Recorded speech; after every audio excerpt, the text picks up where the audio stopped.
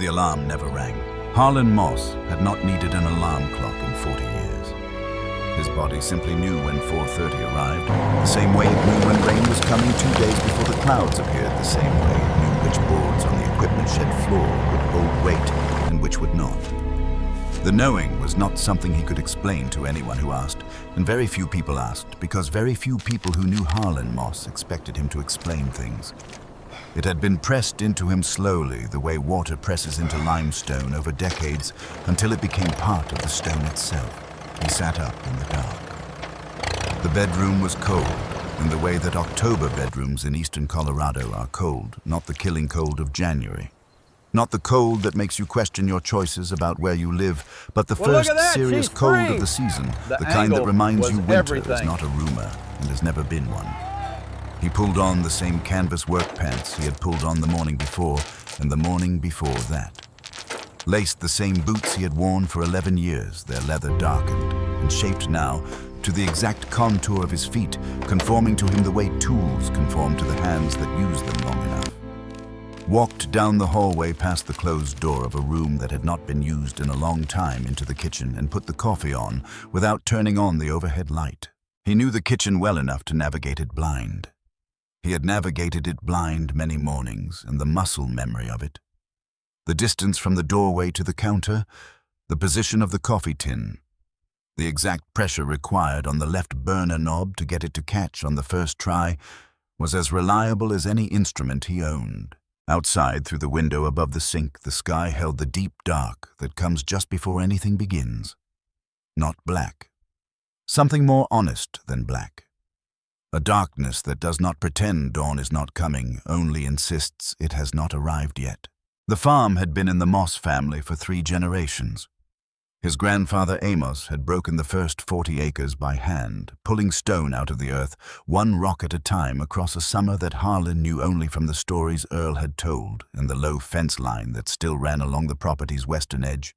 Each stone placed by a man Harlan had never met, but recognized somehow in his own hands, in the way he instinctively understood how much weight a fence post would bear, before it gave in the way he could read ground from 20 feet away, and know what it would do under load. His father Earl had added the northern fields, had negotiated the water rights in 1958, after a summer so dry it nearly ended everything, sitting across a table from men in town who had better suits and worse intentions, and who had underestimated him so completely that the negotiation was essentially over before anyone realized it had concluded.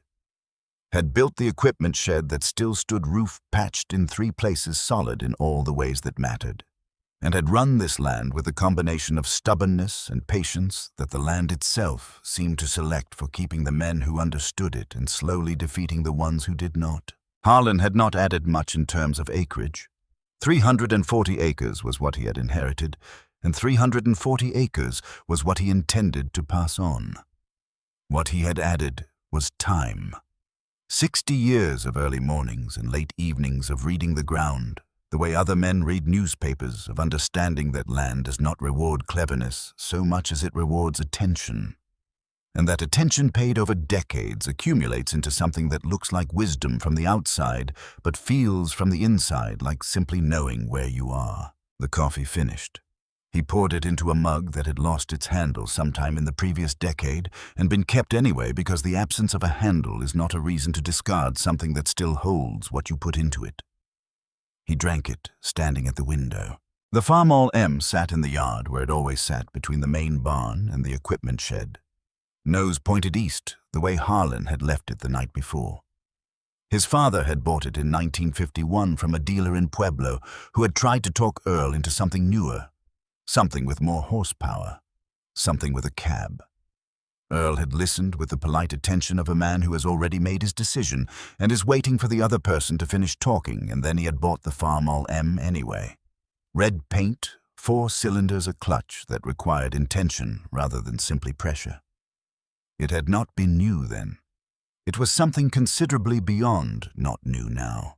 The paint had long since surrendered to weather and work, leaving a surface that was more the memory of red than red itself.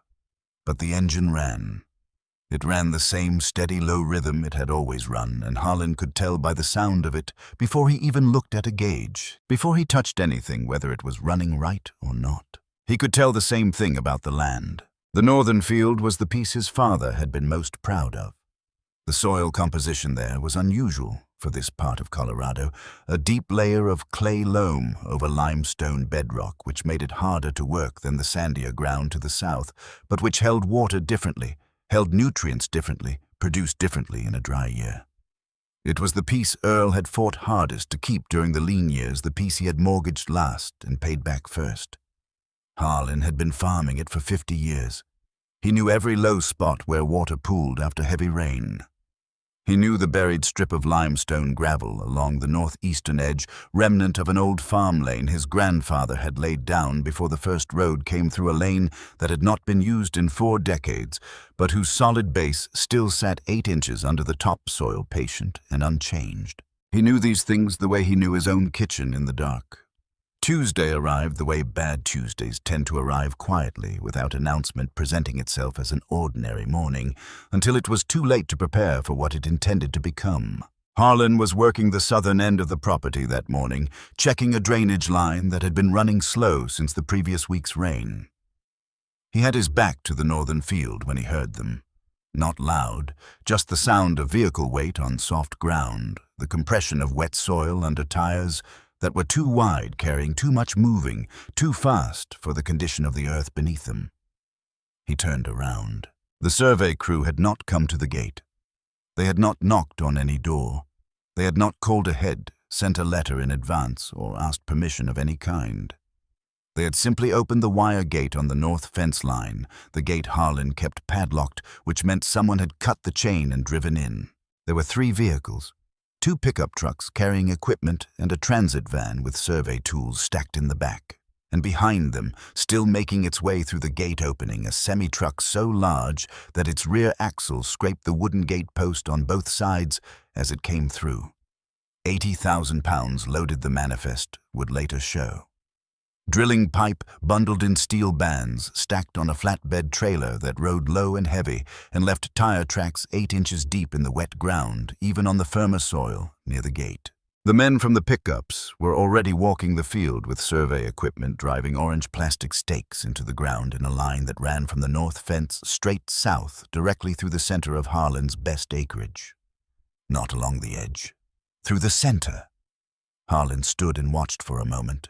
The semi was being driven by a man named Ruford Pruitt, though Harlan did not know his name then. What he knew was that the truck was moving across the field on a north-to-south heading, following the direction the survey crew had indicated, and that the ground on that heading after the previous week's rain at this time of year, with the frost-thaw cycle just beginning to work on the first few inches of topsoil, was not ground that could hold 80,000 pounds, moving in a straight line. Ruford Pruitt found this out approximately 90 seconds after he cleared the gate. The rear axle went first. The ground simply declined to remain solid. The tires dropped 4 inches, then 8, then began to spin as Pruitt did what most people do when they first feel a vehicle beginning to sink. He pressed the accelerator. The spinning tires threw mud in 2 long arcs behind the truck and dug themselves deeper with each revolution.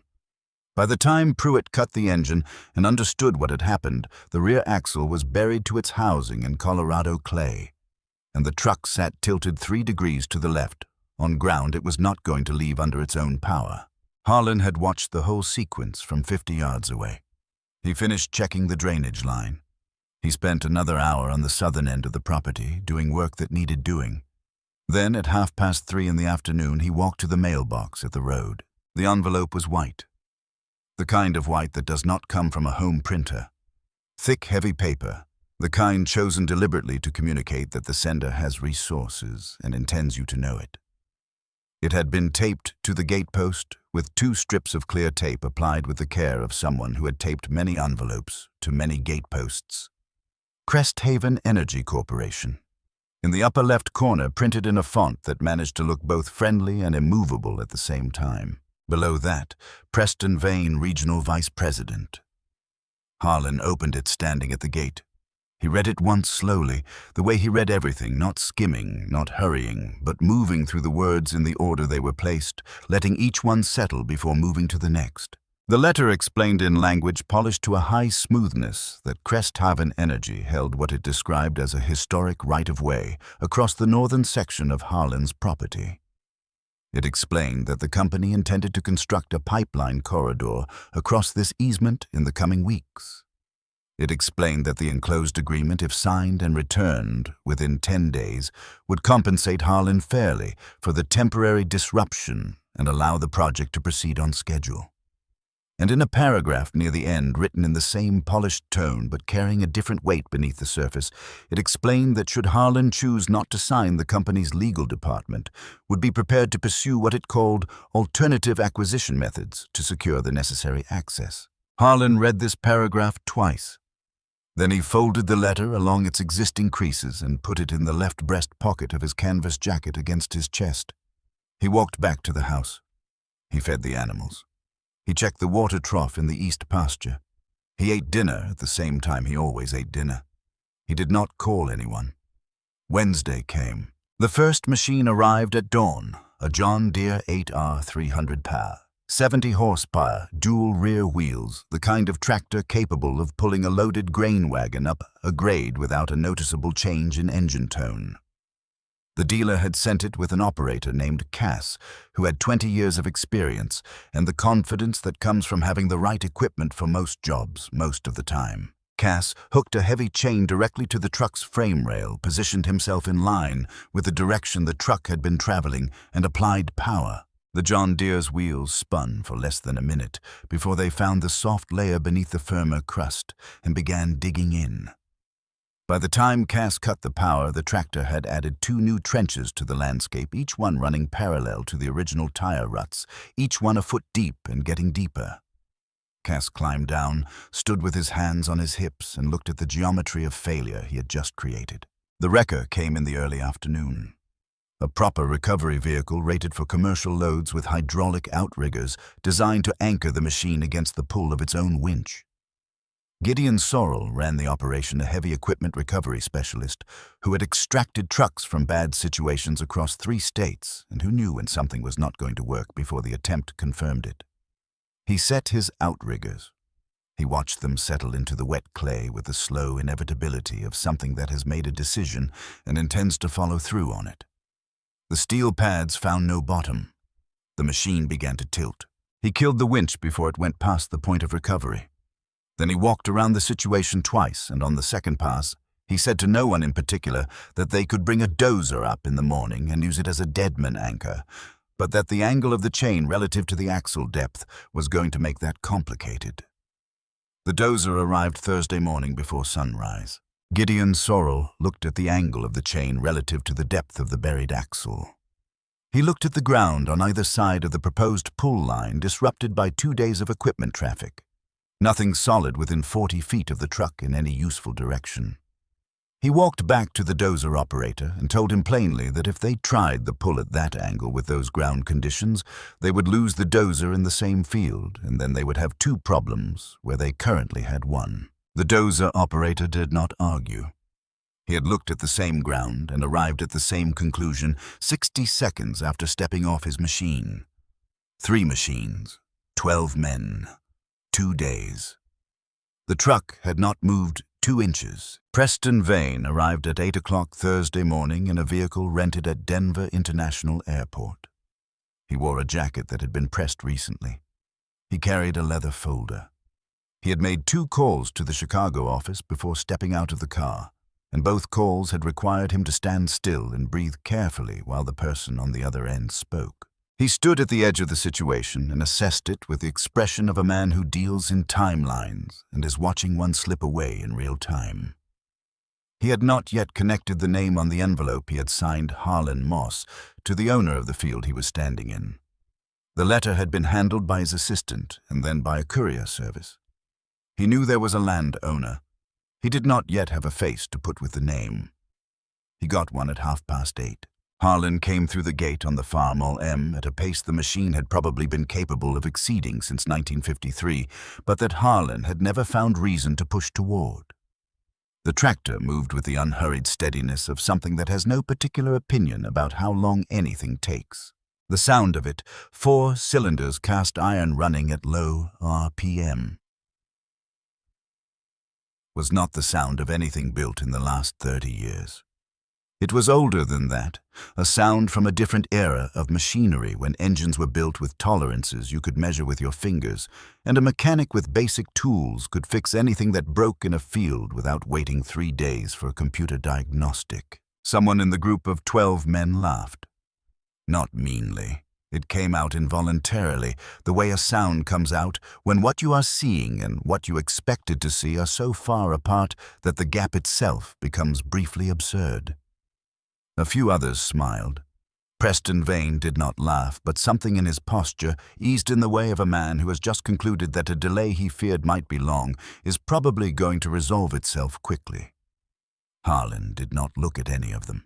He drove past the group, past the 3 failed machines, past the recovery vehicle and the dozer and the John Deere, and brought the Farmall M to a stop approximately 15 feet from the rear of the stuck truck. He set the brake. He climbed down with the deliberateness of a man whose joints do not benefit from sudden movements, but who does not intend to let that stop him from getting where he's going. And then he walked around the truck, not quickly, not in the way of a man who has already decided what he will do and is simply performing the motions of looking. He walked around it the way a careful reader moves through a difficult page with the intention of taking in what is actually there, letting the information arrive in its own order, rather than rushing toward a conclusion he has already written. He crouched down at the rear axle, close enough that the mud nearly touched his boots. He looked at the rut, not for a second or two. He looked at it for nearly 3 minutes, and in those 3 minutes, the 12 men behind him and Preston Vane with his leather folder and Gideon Sorrell with his hands in his pockets all waited in the silence that falls over a group of people watching someone do something they cannot fully explain and are not certain how to interrupt. The mud told a story, and Harlan was reading it. The first groove was shallow. The truck had entered that ground, moving freely, not knowing yet what it was entering. The groove deepened gradually at first, then sharply the moment the driver felt the rear end begin to settle and responded by pressing the accelerator harder.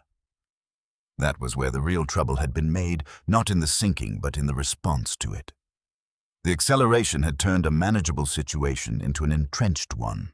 And then there were the marks of 3 separate recovery attempts, all running on the same north to south axis, all pulling in the same direction the truck had traveled, all fighting the same grip by adding more force to the same failed geometry. Each attempt had pressed the tires fractionally deeper into the channel they had already carved. The mud's grip had improved each time, not weakened. Harlan stood up. Which direction did it drive in from? He asked this to the air in front of him, not turning around, not directing it at anyone in particular. There was a pause behind him.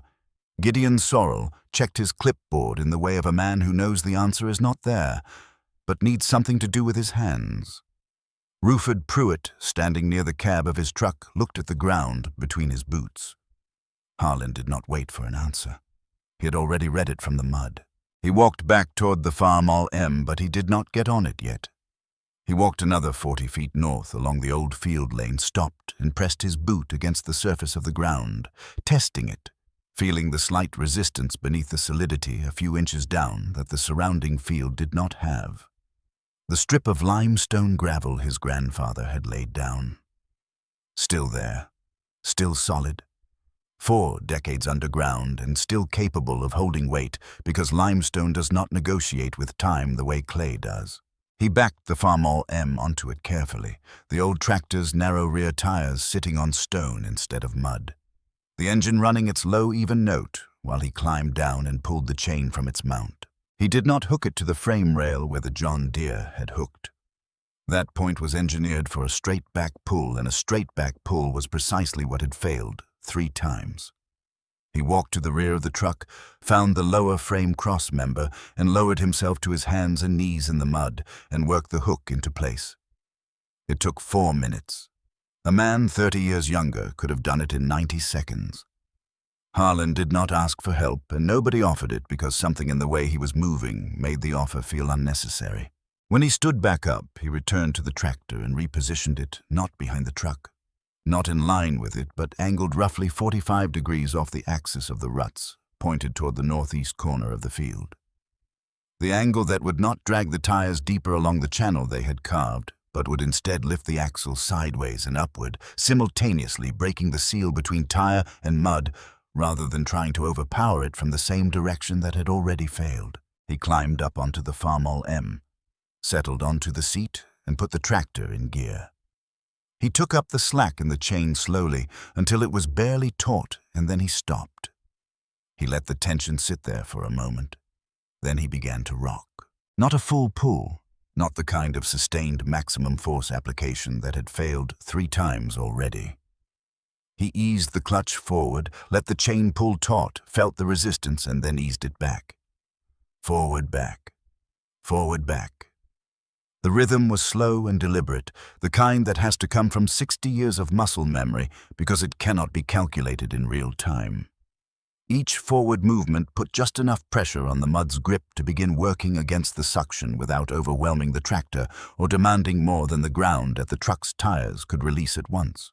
His father had taught him this on a spring morning in 1962 when Harlan was 12 years old, and a hay wagon had sunk to its axles in the low corner of the northwest field after 3 days of rain.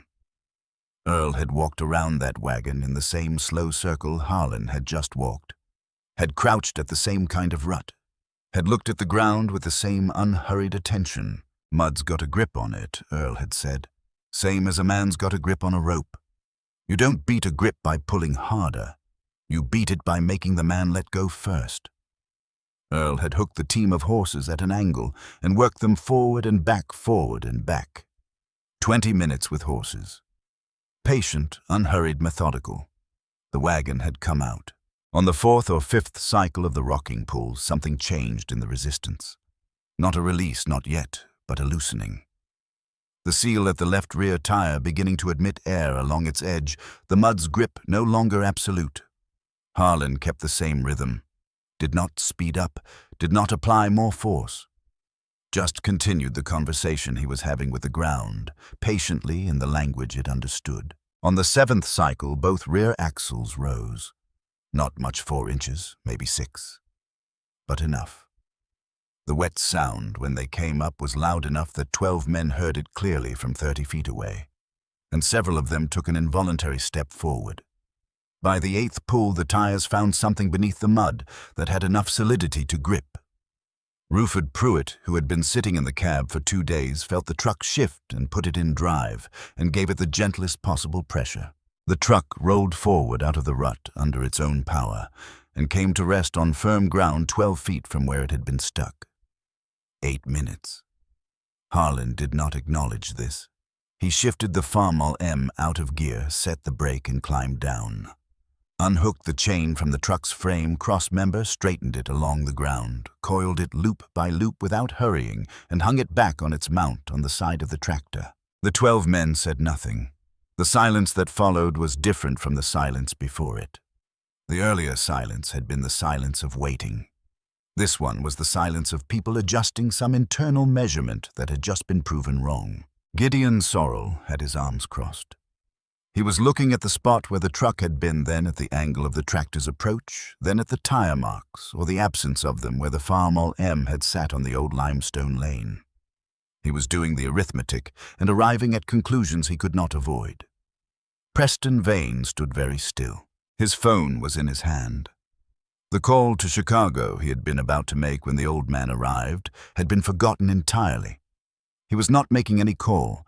He was looking at Harlan Moss the way a man looks at something that has just altered his understanding of a situation he thought he had fully mapped. And then something arrived in Preston Vane's mind, slower than it should have, the way realizations sometimes come late because you have not expected them to come at all. He had signed the letter. He had looked at the property record, noted the owner's name. He had not connected it to a face because he had not expected to be standing in this field watching this moment. Harlan Moss, the name on the letter, the name on the land record, the name on the fence post where his courier had taped the envelope 2 days ago.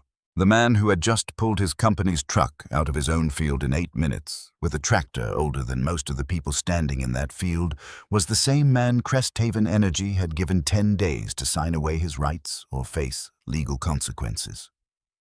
Preston Vane did not say anything. Harlan climbed back onto the Farmall M. He gave it a little throttle and let the engine settle into its rhythm. Then he drove toward his gate, turned onto the path that led back to the farmyard, and disappeared past the fence line without looking back. That evening, after the chores were done, the animals fed the east pasture water trough, checked the north gate wire, inspected. Harlan went into the equipment shed. He walked past the workbench where he sharpened blades and replaced belts. He walked past the old harness racks that Earl had built and that Harlan had never taken down. Not because he needed them, but because they were part of the shed, the way the limestone gravel was part of the north field, placed there by someone who had a reason, left there by someone who understood that the absence of a visible reason is not the same as the absence of a reason. In the far corner, under a canvas tarp that had been there long enough to have lost its original color, was a metal box. The lock had rusted into uselessness at some point Harlan could not have specified. He lifted the lid. The papers inside were bound with twine yellowed at the edges, the way old papers yellow, not from neglect, but simply from time. The top pages were brittle at their folds, the kind of brittle that comes from being opened and refolded, many times read and reread, put away and taken out again by someone who understood their value. In his father's handwriting on the inside face of the lid in pencil that had faded to the color of old stone, but remained entirely readable, was a single line, in case they ever forget what they signed. Harlan stood under the bare bulb hanging from the rafter and read the documents. He read them slowly in the order they were stacked. He read the top document twice. The language was the language of 1961 formal, in the way that documents were formal then, but clear enough in its meaning once you moved past the surface. He understood what he was holding before he finished the first page. He read the second page and the third to confirm what he already understood, the way a man checks a knot he knows is right because the stakes are high enough to make certainty worth the extra 30 seconds. Then he folded the papers carefully, put them back in the box, and closed the lid. He turned off the light and walked back to the house. Through the kitchen window, the Farmall M sat in the yard, where it always sat. In the darkness, it was just a shape, the shape of something that had been there a long time and intended to remain. The mud on its rear tires had begun to dry at the edges, lightening from the deep wet color of the field in October to the paler shade the same clay became when the water left it. He thought about angles, about the difference between more force applied in the wrong direction and a smaller force applied from the right one. About the strip of limestone gravel that had been sitting 8 inches underground for 40 years, waiting for the moment it would be needed. Tomorrow morning, he would drive into town, 6 days before the deadline. He went to bed. The Farmall M sat in the yard, and the October sky moved over it, and somewhere in the darkness, the orange survey stakes that Cresthaven's crew had driven into the north field stood in their crooked line, and the ground around them was exactly what it had always been. 3 generations of patient work, carefully tended, not for sale, not negotiable, not going anywhere. Dorothy Wick's office occupied the second floor of a building on Main Street in Grover that had been a hardware store, then a dentist's office, then nothing for 11 years before Dorothy had taken the lease in 1987 and filled it with file cabinets and bookshelves and a desk that weighed more than some of the cars parked on the street below. The building was narrow, and the staircase was steep, and the window that faced the street let in a quality of morning light that Dorothy had always found useful for reading clear and steady without the pressure of fluorescent overhead fixtures that made her feel like she was working against a deadline, even when she was not. She had been doing legal work for the Moss family since before Harlan's wife had passed. She had helped Earl finalize the water rights agreement in the late 70s, had handled the estate when Earl died, had reviewed farm loan documents twice in the decades since. She knew the shape of the Moss family's legal life, the way a doctor knows a patient's history, not just the facts of it, but the character of it, the places where it was solid, and the places where it had been tested and held anyway. She was at her desk when Harlan came up the stairs. He set the metal box on her desk without preamble, sat down in the chair across from her, The chair that had held a great many people over the years, most of them worried about something. He took the white envelope from his breast pocket and set it on top of the box. Dorothy looked at both items. She did not reach for either one immediately. "How bad is the letter?" she asked. "Read it yourself," Harlan said. "But I didn't come about the letter. I came about what's in the box." She read the letter first because that was the order in which things had arrived, and Dorothy believed in understanding the problem before examining the solution. She read it once straight through without stopping, then returned to the paragraph near the end that carried a different weight beneath its smooth surface, reading that one again slowly. Then she set the letter aside and opened the box. She untied the twine carefully, the way you handle things that have been waiting a long time and deserve not to be rushed now that they have finally been called upon. She spread the papers on her desk, arranged them in the order Harlan had kept them, and began to read. She read for a long time. The light from the street window moved across her desk as she read morning progressing in October without urgency. When she reached the second page of the primary document, she stopped. She read a single line. Then she read it again out loud quietly, in the way she sometimes tested important language by giving it the weight of her own voice. Then she looked up at Harlan. "You've already read all of this," she said. It was not a question. "Last night," he said, "under the light in the equipment shed. And you know what it says?" "I know what I think it says," Harlan said. "I need to know if I'm right." Dorothy looked back down at the document. She read the underlined portion again, the line that Earl Moss had drawn a pencil mark beneath probably decades ago in the act of a man who understood that one sentence in a long document is sometimes the only sentence that will ever matter. Non-transferable to successive owners without renegotiation of terms. She set the paper flat on her desk and folded her hands on top of it. "Your father signed this with Northgate Timber Company in 1961, she said.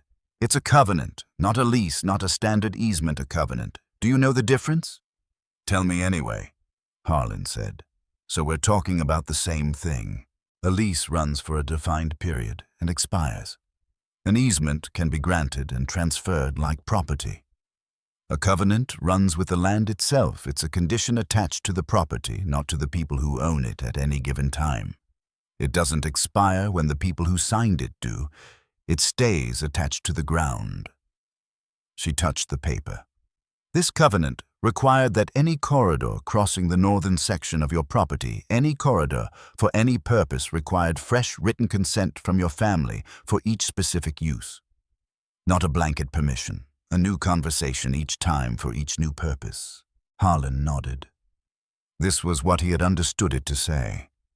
Hearing it confirmed changed nothing about his intention, but it settled something that needed settling. Cresthaven bought Northgate's assets in 2003. Dorothy continued. "When a company acquires another company's assets, they acquire what that company legally possessed. Northgate had rights across your land, conditional rights, as this document specifies, requiring renegotiation for each new use. Those conditional rights transferred to Cresthaven, but the conditions transferred too. The obligation to renegotiate transferred too." She paused. They would have gotten their records from Northgate's files. Digital records, most likely, or microfilm if Northgate had not yet converted. Summary documents, easement maps, but this... She touched the covenant pages again. This was recorded in the county ledger, the original county land records, the leather-bound books in the basement of the courthouse that have not been fully digitized, and that a company acquiring assets in 2003, working from a spreadsheet of easement holdings, almost certainly never checked. She looked at Harlan. "They bought the filing cabinet," she said, "and assumed the keys came with it." Harlan was quiet for a moment. Outside, a truck moved down Main Street, its sound filling the narrow office briefly and then passing on. "Can they use eminent domain?" he asked. "The letter mentions it." "They can attempt to invoke it," Dorothy said. "Pipeline companies have applied for eminent domain in this state. It requires demonstrating public necessity and going through a formal process that takes considerably longer than 10 days. More importantly, it does not simply allow a company to take what it wants. It requires just compensation determined by independent appraisal, not by their own estimate. And it does not erase the violation of this covenant that has already occurred. The survey crew entering your property without permission, the truck damaging your field, the fence gate they cut, those are matters that work in your favor, not theirs. She paused. The eminent domain language in that letter is a pressure tool. It is meant to make you sign before you look at what you actually hold. Harlan looked at the box, at the documents spread across Dorothy's desk. "What do you need from me?" he asked. "I need to call the county recorder's office and confirm the covenant is in the original ledger exactly as this copy states. Then I need to speak with a land use attorney in Denver who owes me a returned call from last March. After that, I will send Mr. Preston Vane a response to his letter." She looked at him over the papers. "It will be a short response." Harlan stood up. "I'll need the documents back. I'll make copies this afternoon. You'll have everything before 5. She held his eyes for a moment. "Harlan, this is solid. What your father left in that box, he knew what he was doing when he wrote it." Harlan picked up his hat from the corner of the desk where he had set it. "He usually did," he said.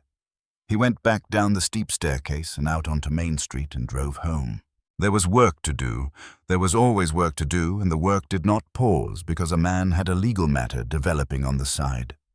He spent the afternoon on equipment he had been neglecting during the push of late harvest, checking belts and fluid levels and sharpening a blade that had been running dull for 2 weeks longer than it should have.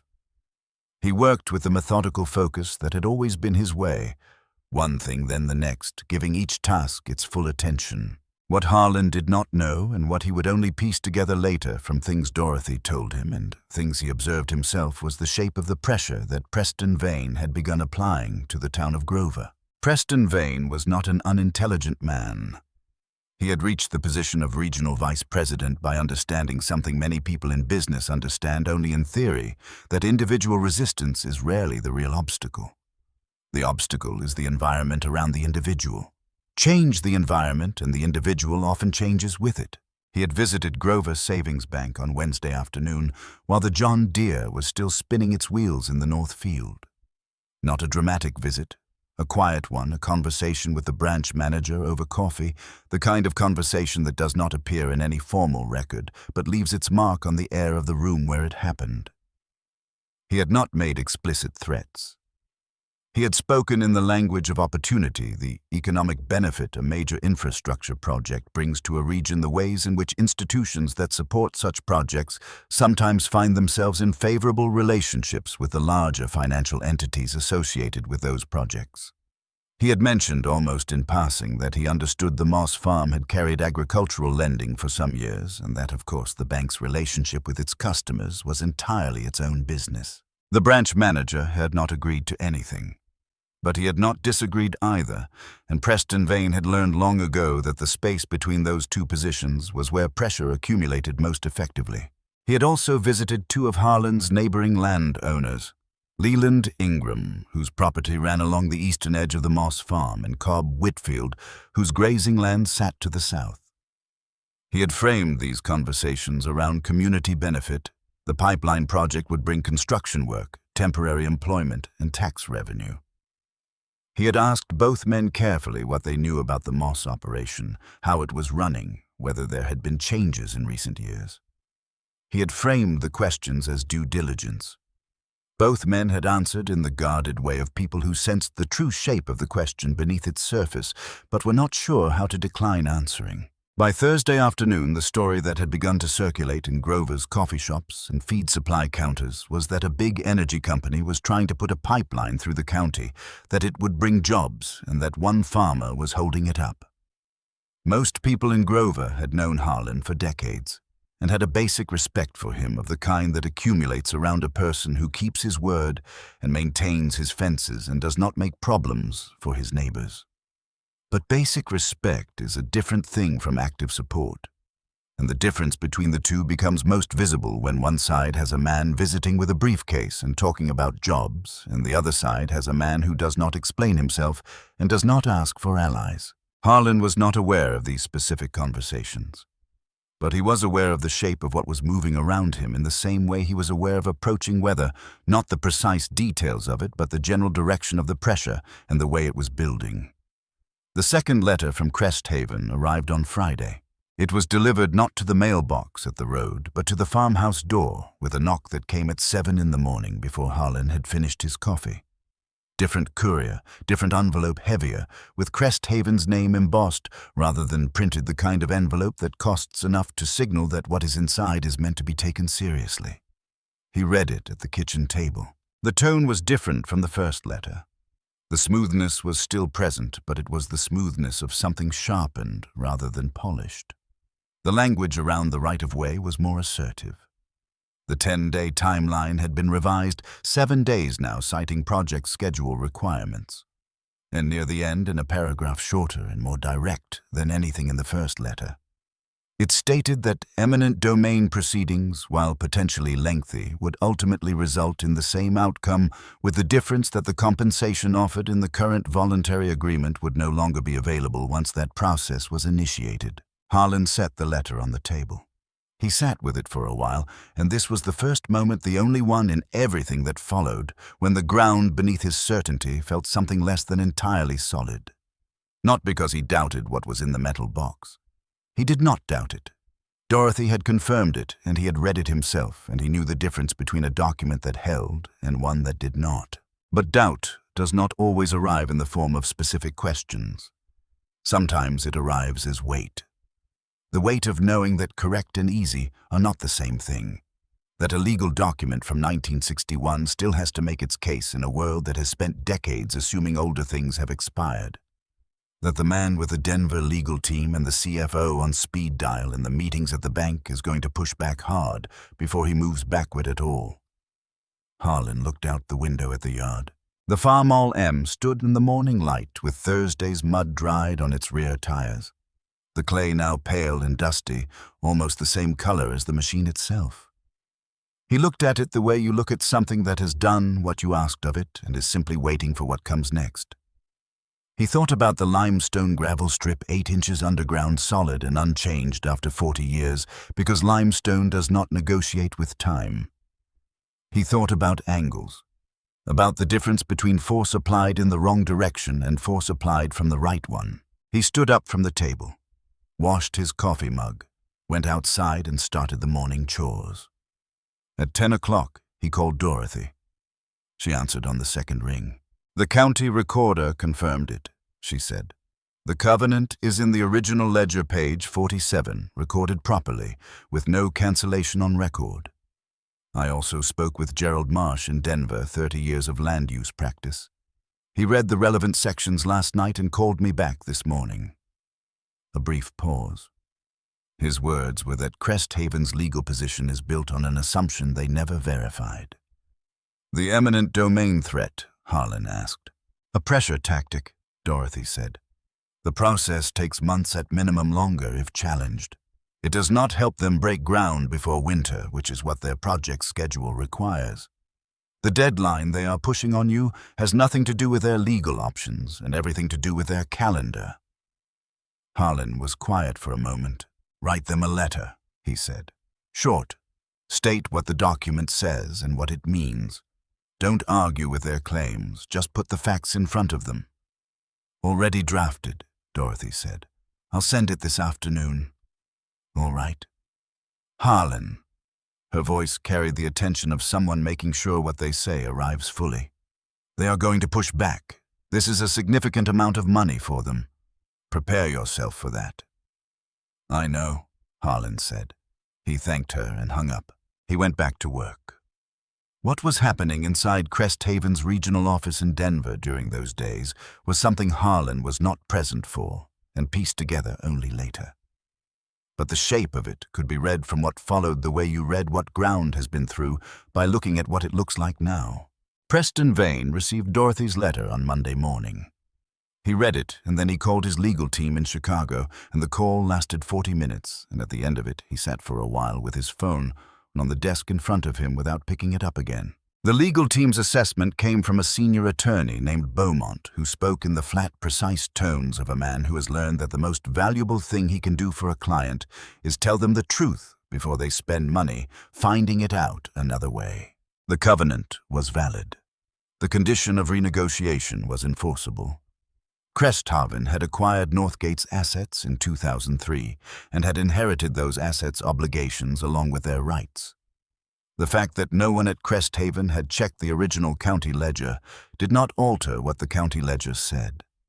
The company had no standing to claim the right-of-way without first fulfilling the renegotiation requirement that Earl Moss had insisted upon in 1961, and the absence of that renegotiation was not a technicality, it was a foundational gap in the company's entire claim. Then the project engineers delivered their alternative routing analysis.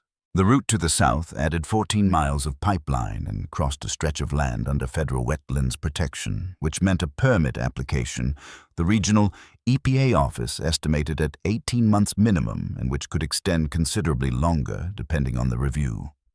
The cost differential between the original route through the Moss property and the southern alternative was $4.2 million, not counting the timeline extension, which would push the project past 2 additional fiscal quarters and trigger penalty clauses in 3 separate supply contracts. The route to the east required simultaneous negotiation with 3 landowners who had not been approached, whose cooperation was not guaranteed, and whose combined property would need new surveying, new environmental assessment, and new permitting. There was no alternative that cost Cresthaven less than reaching an agreement with Harlan Moss.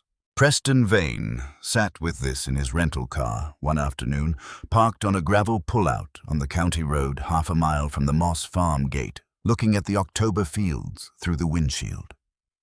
The corn on Leland Ingram's property to the east was still standing, waiting for harvest, and the wind moved through it with the sound that dry corn makes in an October wind. He had built the entire project on an assumption. The assumption that a right-of-way held by Northgate Timber, recorded in their files, transferred cleanly to Cresthaven along with everything else in the acquisition. It was a reasonable assumption. It was the assumption any competent professional would have made working from the records they had been given. It had been built into the project timeline, the budget, the supply contracts, the investor presentations. And it was wrong, because one man in 1961 had sat down and written a specific condition into a specific document and then taken that document home and put it in a metal box in the corner of his equipment shed with a note on the lid. Preston called his CFO directly that afternoon. He said, "We have a problem with the Colorado corridor, and I need to tell you what it is before you hear it another way." That conversation lasted 25 minutes. Afterward, Preston sat in the rental car a while longer, watching the corn move in the wind. Then he called Dorothy Wick's office and asked to arrange a meeting. Dorothy had been expecting the call, not the precise timing of it, but the fact of it. She had understood the shape of the situation well enough to know it was coming. She told Preston that the meeting would be held at Harlan Moss's house. There was a pause on the line. "We have a conference facility available at Mr. Moss's kitchen," Dorothy said. Her voice was entirely pleasant. "If Mr. Vane wants to discuss the future of that land, he can discuss it on that land." Another pause. Shorter this time. "All right," Preston said. The meeting was set for Thursday morning. Harlan spent the days between that call and Thursday, the same way he spent every other day, working the farm, maintaining the equipment, moving through the long list of fall tasks that did not care about easements or pipeline companies. He patched a section of fence on the south line where a post had gone soft at the base. He serviced the Farmall M, not because it needed servicing urgently, but because it was the season for it, and the machine had worked hard in the past week and deserved the attention. On Tuesday evening, Chet Briggs appeared at the east pasture fence on his bicycle, the way he regularly appeared at fence lines and field edges when something worth watching was happening nearby. "My dad says the energy company is coming to your house," Chet said. "Thursday," Harlan said without looking up from the engine. "He says they have lawyers." "One that I know of," Harlan said, "plus Dorothy." Chet considered this with the seriousness the situation seemed to him to require. "Is Dorothy good?" Harlan set down his wrench, picked up a rag and cleaned his hands with it. She read a document in 1961 that nobody else thought to read, he said, and she knew what it meant the first time through. Chet appeared to weigh this. Is that good? That's good, Harlan said. Chet nodded satisfied and rode his bicycle back toward his family's property in the long afternoon light. Harlan watched him go. Then he looked at the Farmall M for a moment, at the engine which was clean now and properly serviced, at the body of the machine which was not clean and which he had never cleaned, because the record of honest work on its surface was not dirt in any meaningful sense. He thought about his father briefly. Not sustained memory, but the quality of Earl's presence, the way he had stood at the edge of things and read them before moving. The way he had prepared for a problem he could not yet see by writing something down clearly and putting it somewhere it could be found. Thursday was 2 days away. There was fence to check on the south line and a belt tension to confirm in the equipment shed and coffee to make in the morning at 4:30.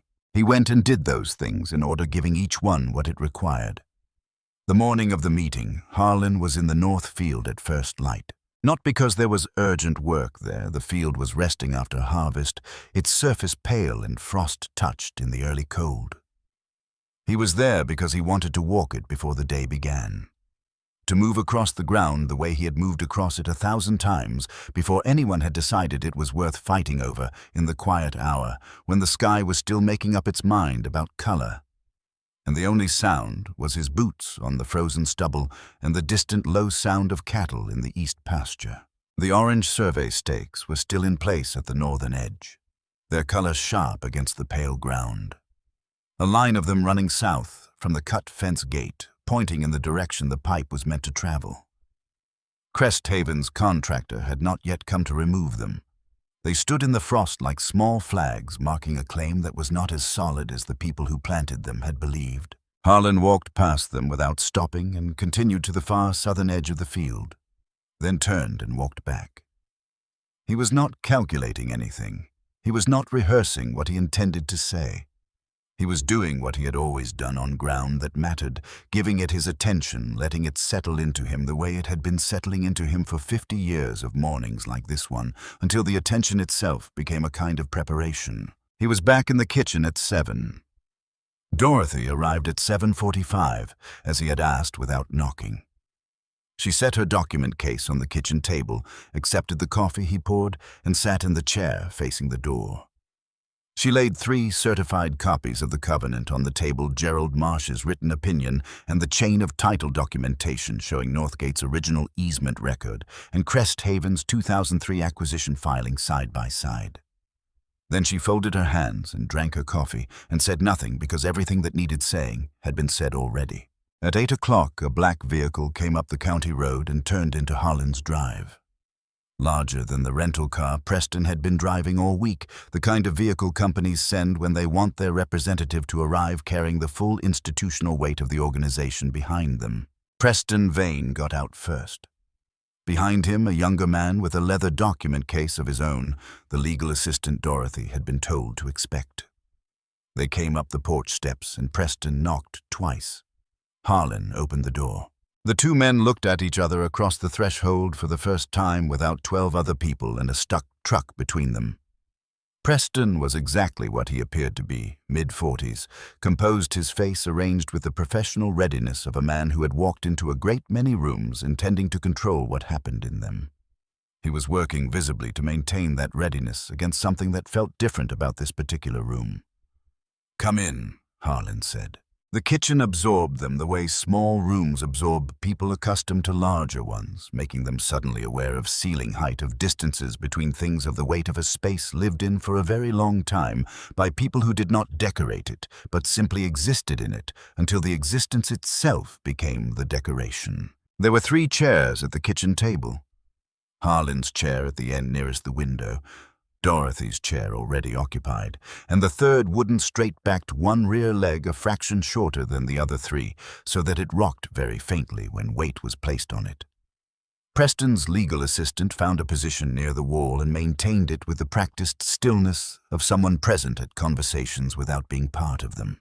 Preston sat in the third chair. It rocked slightly when he settled. He did not comment on this. Harlan poured coffee into 2 additional mugs and set them on the table without asking. Then he sat down and looked at Preston Vane and waited. Preston opened his leather folder.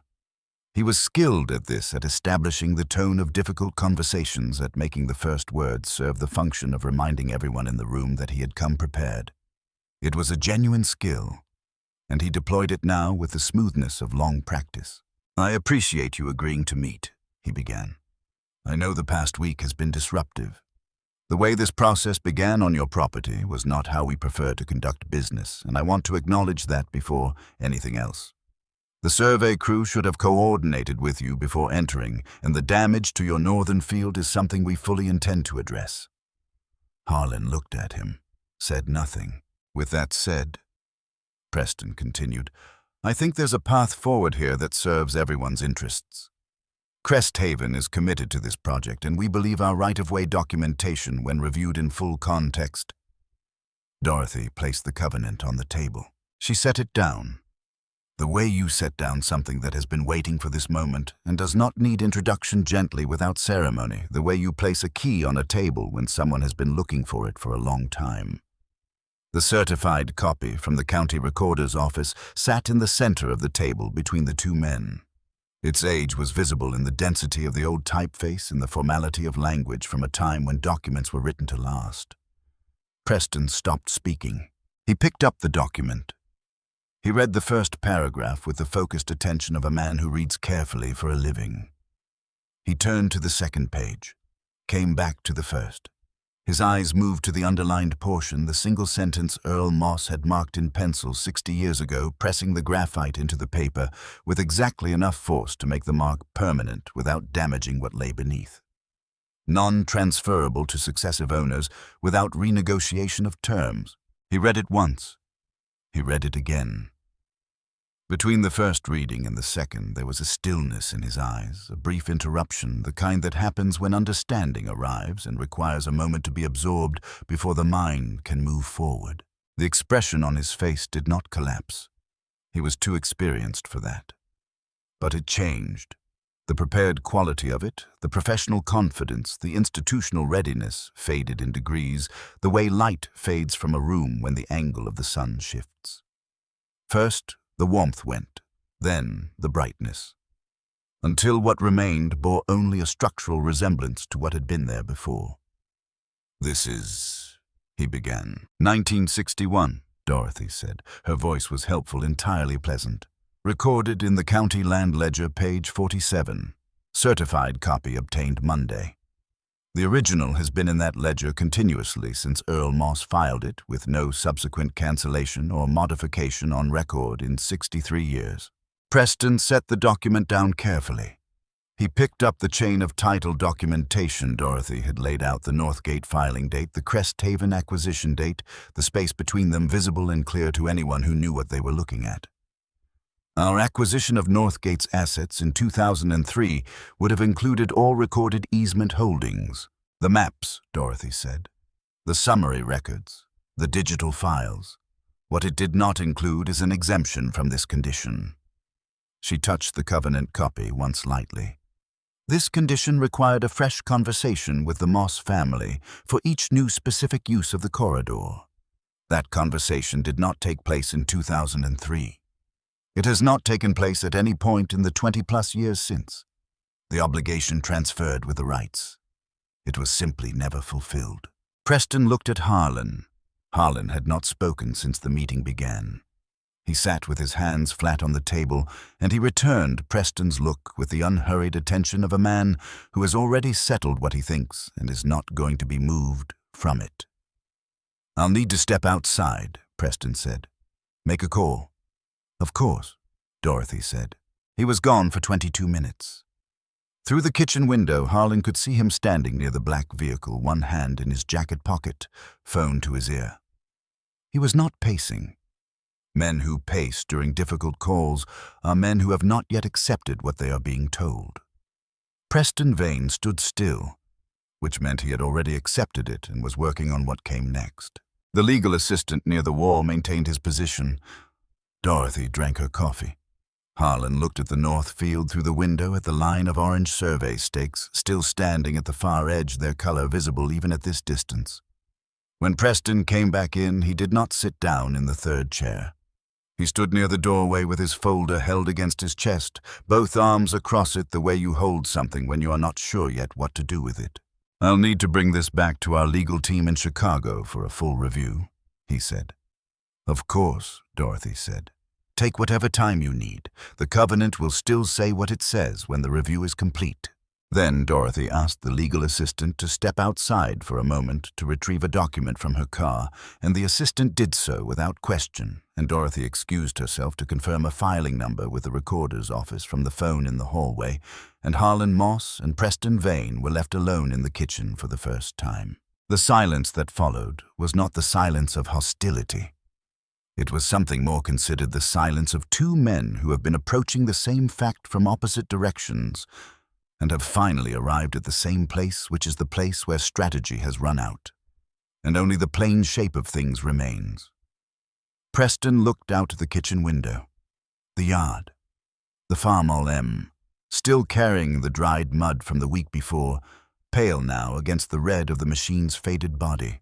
He looked at it for a long moment, then he looked at Harlan. "How long has that tractor been in your family?" His voice was different now, not the prepared voice of the meeting, something quieter, without the professional shaping, the voice of a man asking a question he actually wants answered. "Since my father bought it," Harlan said, 1951. The dealer in Pueblo tried to talk him into something newer. He bought this one anyway. Preston looked back at the machine. The dried mud on the tires, the faded paint that was more the memory of red than red itself. "We should have checked the original ledger," Preston said. He said it without preamble, without softening, without the careful framing that had characterized everything else he had said in this room. "Before we filed the acquisition in 2003. Before we built the project plan, before the supply contracts, before any of it. We had Northgate's summary records, and we assumed they were complete." A pause. "That assumption was wrong. This corridor was my project. That's on me. There was no performance in it, no strategic vulnerability deployed to shift the negotiating dynamic. It was simply a man stating something true, because the situation had reached the point where only true statements had any remaining function." Harlan looked at him for a moment. "My father knew someone would eventually need what was in that box," he said. "He didn't know when. He didn't know who. He just understood the ground well enough to know that somebody someday would come along who hadn't read what was written about it." Preston was quiet. "He prepared for that," Harlan said. "He didn't make a production of it.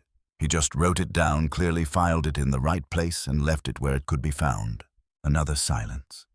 The particular silence of a room where something true has just been said and is taking up its proper space. "He was a careful man," Preston said.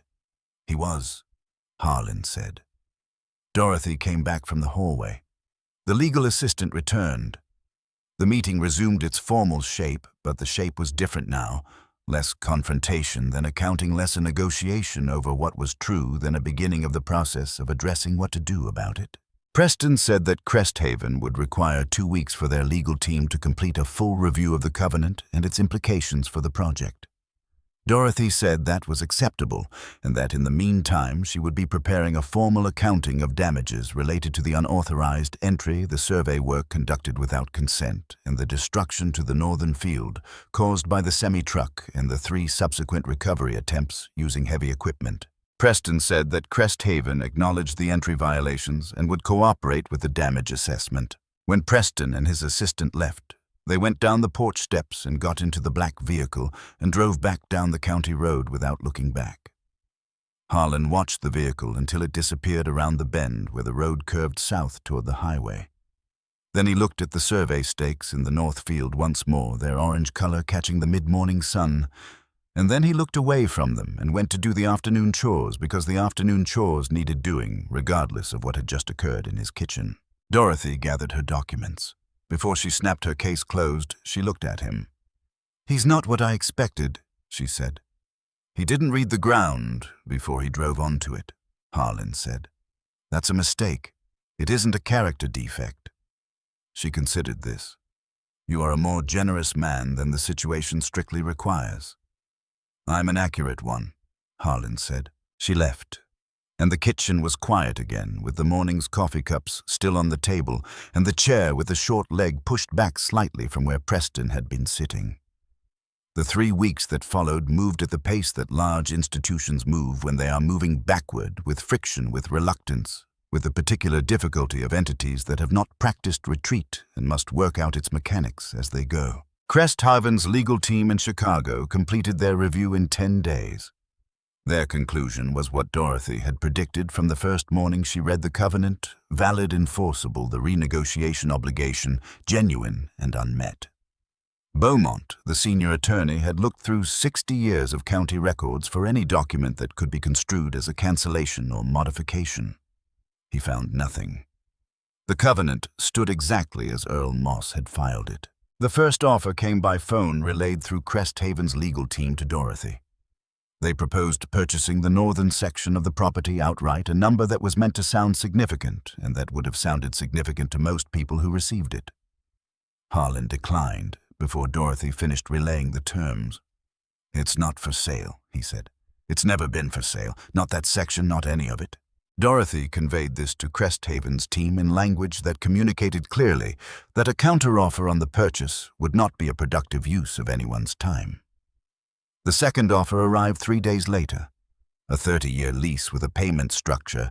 Cresthaven's team had worked hard on a number calibrated to look reasonable while remaining well below what the corridor access was actually worth to the project. Dorothy responded with the formal damages accounting.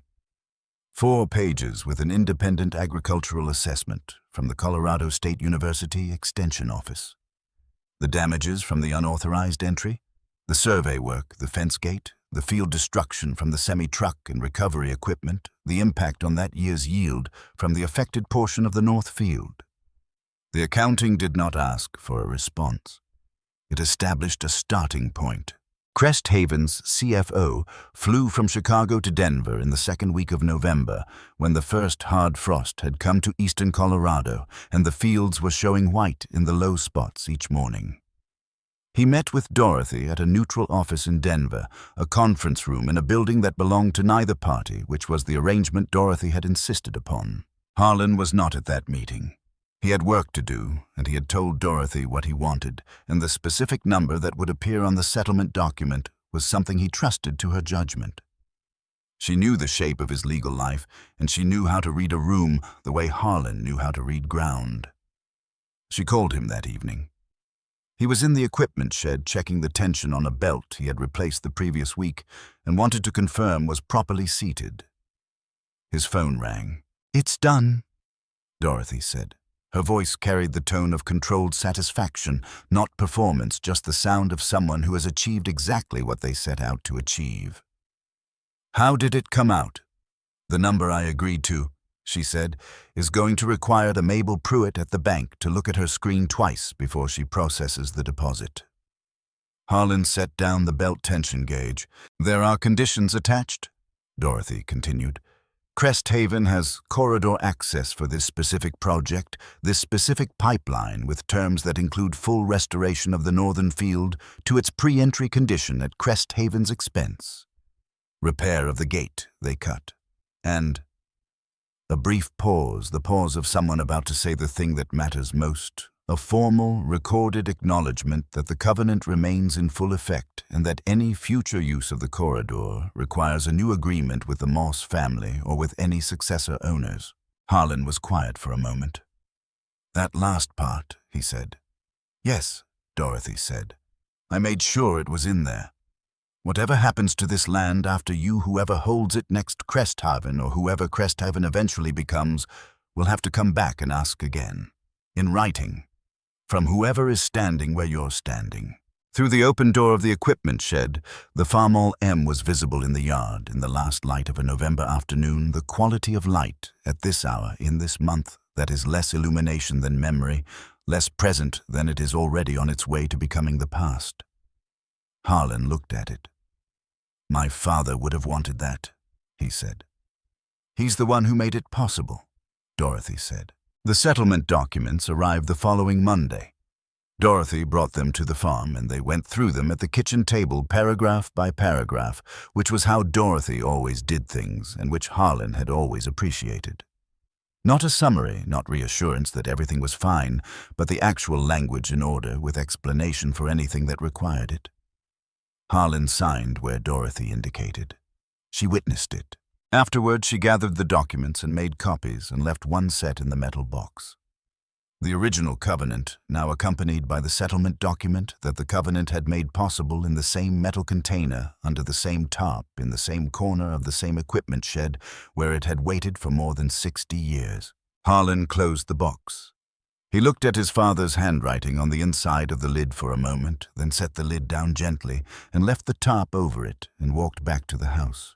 The next morning, he called a roofing contractor in Grover, recommended by Leland Ingram, who had mentioned him at the feed supply a few days after the settlement was signed, in the slightly careful way of a man who knows he was approached by the wrong side during a dispute and wants to make a quiet acknowledgement of it without making it larger than it needs to be.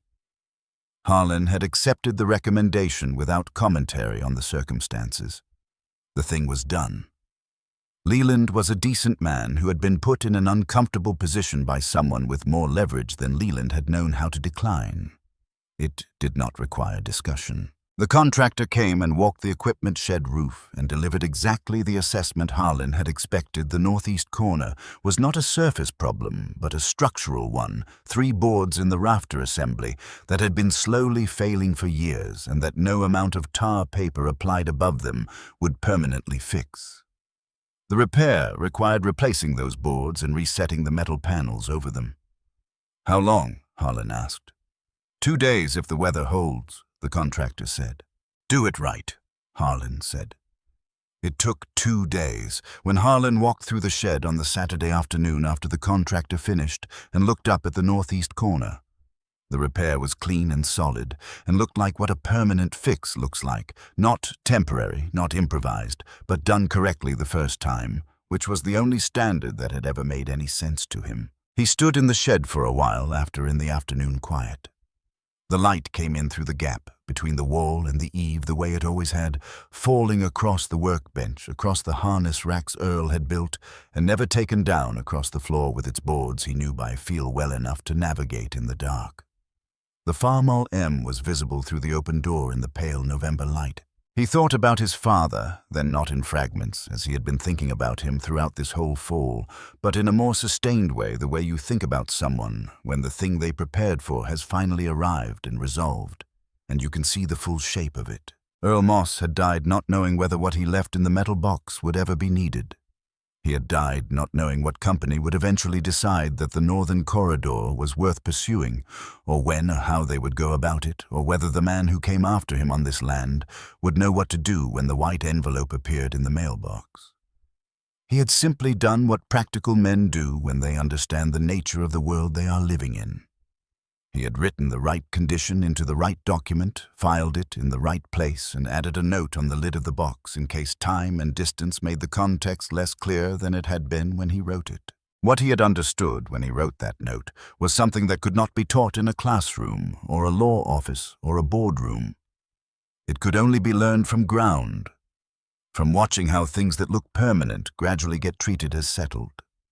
How rights that were carefully conditioned become assumed to be unconditional once enough time has passed and enough hands have touched the paperwork. He had understood that the most durable protection was not the loudest one or the most aggressive one, but the most precisely written one, filed correctly, maintained in good condition, and ready to be found when the finding became necessary. He had prepared for a man he had never met, using a document he had never expected to explain, leaving a note he could not have known would be read 60 years after he wrote it by his son, standing under a bare bulb in the equipment shed on an October evening with a white envelope from a company called Crest Haven Energy in the breast pocket of his canvas jacket. Harlan turned off the shed light. He went inside, ate dinner at the usual time, and went to bed. 2 days later, after Dorothy had confirmed the scholarship fund paperwork was in order with the Agricultural College's foundation office, Harlan drove the documents into town and left them with Dorothy's assistant because Dorothy was in a meeting. The fund was called the Earl Moss Agricultural Scholarship, established in memory of Earl Harlan Moss, farmer, eastern Colorado. It would be awarded each year to a student from a farming family demonstrating financial need. The college's foundation office had a standard process for this kind of endowment and would administer the disbursements without requiring anything further from Harlan. Dorothy had included a handwritten note with the paperwork. He would have liked this. I'm certain of it. Harlan read the note once at his kitchen table, set it down, and did not pick it up again. He drove the documents to town. He drove back. He checked the south fence line and repaired a staple that had worked loose from the third post. He fed the cattle in the east pasture. On the Friday morning after the scholarship paperwork was filed, Crest Haven's restoration contractor arrived with a crew of 3.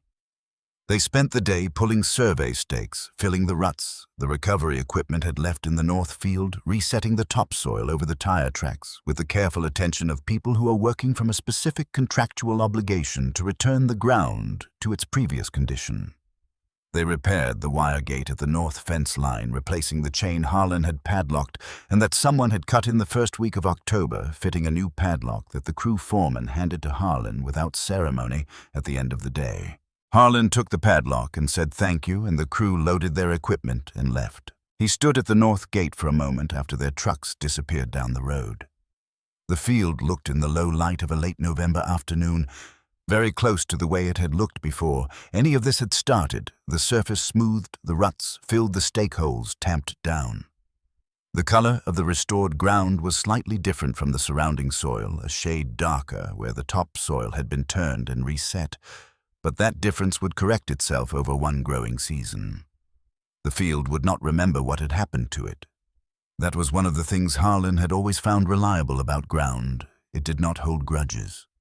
It absorbed what happened to it and became what it was going to be next. The morning after the restoration crew finished, Harlan woke before 4:30. Not because something had changed in his body's internal clock. He lay in the dark for a few minutes, aware of the cold in the room, aware of the particular quality of the silence that precedes a hard frost, and then he got up and dressed and laced his boots and went to the kitchen and put the coffee on. He stood at the window with his mug and looked out at the yard. The Farmall M was there in the pre-dawn dark, as it always was, as it had always been, its outline as familiar to him as the outline of his own hands. The mud from October's work was long gone from its tires, washed off by rain and dried and washed again through the weeks since. The machine was clean in the way old machines become clean after enough weather has moved through them, not polished, but simply reduced to its essential self. The accumulated record of everything it had done compressed into the texture of its surface. He drank his coffee, washed the mug, set it back. He did the morning chores in the cold, the cattle in the east pasture standing close together, their breath visible in the still air, the water trough needing a chip of ice broken from its surface before they could drink. He walked the south fence line out of habit and found it holding. He came back to the equipment shed and checked the repaired northeast corner from the inside, looking up at the boards and the settled metal panels, confirming the repair he already knew was sound. He heard the bicycle before he saw it. The small sound of wheels on frozen gravel moving faster than was entirely wise. Chet Briggs appeared in the open equipment shed doorway, red-cheeked from the cold, one hand on the doorframe. His breath came in small clouds in the cold air, and he was wearing a coat that was slightly too large for him, probably his older brother's, its sleeves pushed up at the wrists. "Morning," Harlan said. "Morning," Chet said. He looked around the shed in the frank way he always looked around to things that interested him. His eyes moved to the metal box in the corner, visible now that Harlan had moved the top to retrieve the settlement documents still sitting on the old wooden shelf where it had always sat. "Is that the box?" Chet asked. "That's the box," Harlan said. Chet looked at it for a moment with the expression of a child trying to reconcile the plain appearance of a thing with the outsized significance adults seem to attach to it. It was just a metal box. Old, slightly dented along one side, the lid showing a faint rust line along its seam. "My dad says you won," Chet said. Harlan picked up a rag and cleaned his hands with it, the way he always cleaned his hands after working in the shed methodically between the fingers, not hurrying. "There was a document," he said. "A document my father left. I found it and used it. That's what happened."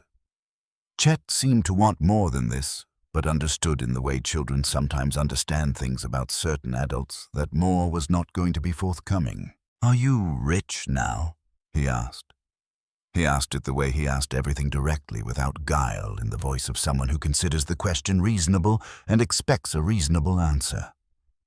Harlan set the rag down. He looked out through the open door of the equipment shed, at the yard, at the Farmall M in the early morning light, its red that was more memory than red, its mud-free tires, its 4-cylinder engine that would catch on the second try when he started it in a few minutes and settle into the low rhythm it had always kept. At the north field beyond the fence line, its surface restored and resting, waiting for whatever the spring would ask of it. At the eastern horizon, where the sky was beginning its slow work of becoming morning light, arriving before the sun color appearing in the darkness, the way things sometimes do quietly, without announcement, simply there when you look for it. 3 generations of this ground. 3 generations of early mornings and honest work and the kind of attention that accumulates into something that outlasts the person paying it. His grandfather's hands on the first 40 acres. Earl's hands on the water rights agreement, on the covenant, on the note he wrote for whoever came after. Harlan's own hands on 60 years of the in-between. And whatever hands came after his, whoever stood in this shed and looked out through this door at this field, they would find the metal box in the corner. They would find the covenant inside it. They would find the settlement document alongside it. And they would find on the inside of the lid in pencil that had faded to the color of old stone, but remained entirely readable, the note that Earl Moss had written in 1961 for whoever would one day need it, in case they ever forget what they signed. "Same as I was Monday," Harlan said. Chet looked at him for a moment, turning this over in the way of someone who is not sure yet what it means, but recognizes that it means something. Then he nodded, once the nod of a 10-year-old deciding to accept an answer he cannot fully pass, but trusts. Harlan walked out of the equipment shed into the cold morning. He climbed up onto the Farmall M, his hands on the cold metal of the steering wheel, his boots finding the familiar position on the worn footrests, his weight settling onto the seat that had shaped itself over decades to the shape of the men who had sat on it. He let the engine turn over twice and then catch settling into its low, even 4-cylinder rhythm, the sound of it filling the yard, the way it had filled this yard for more than 70 years, steady and unhurried and entirely itself. He sat on it for a moment before he put it in gear. Just present with the weight of the machine under him and the smell of the cold air and the sound of the engine and the field in front of him lying still and patient in the growing light. Then he put it in gear and drove out into the north field.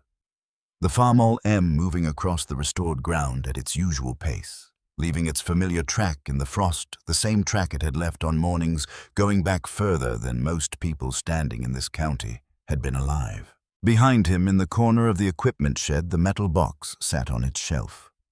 Inside it, beneath the folded canvas that had kept it dry through 6 decades of Colorado seasons, the covenant and the settlement document rested together in the same container. The old document and the new one, the condition Earl had written and the acknowledgement Cresthaven had been required to sign confirming it, still held a chain of understanding written down and kept somewhere it could be found, waiting for whoever would need it next. The sun cleared the eastern horizon as Harlan reached the center of the north field. The frost caught the light and held it for one brilliant moment, every surface in the field glittering with the particular cold fire of a November morning in eastern Colorado. And then the light shifted, and the glittering passed, and the field was simply the field again, brown and resting and ready. The same ground it had always been on its own terms, in its own time, asking nothing of the morning except to be paid attention to. Harlan Moss drove across it, the same as he had always done.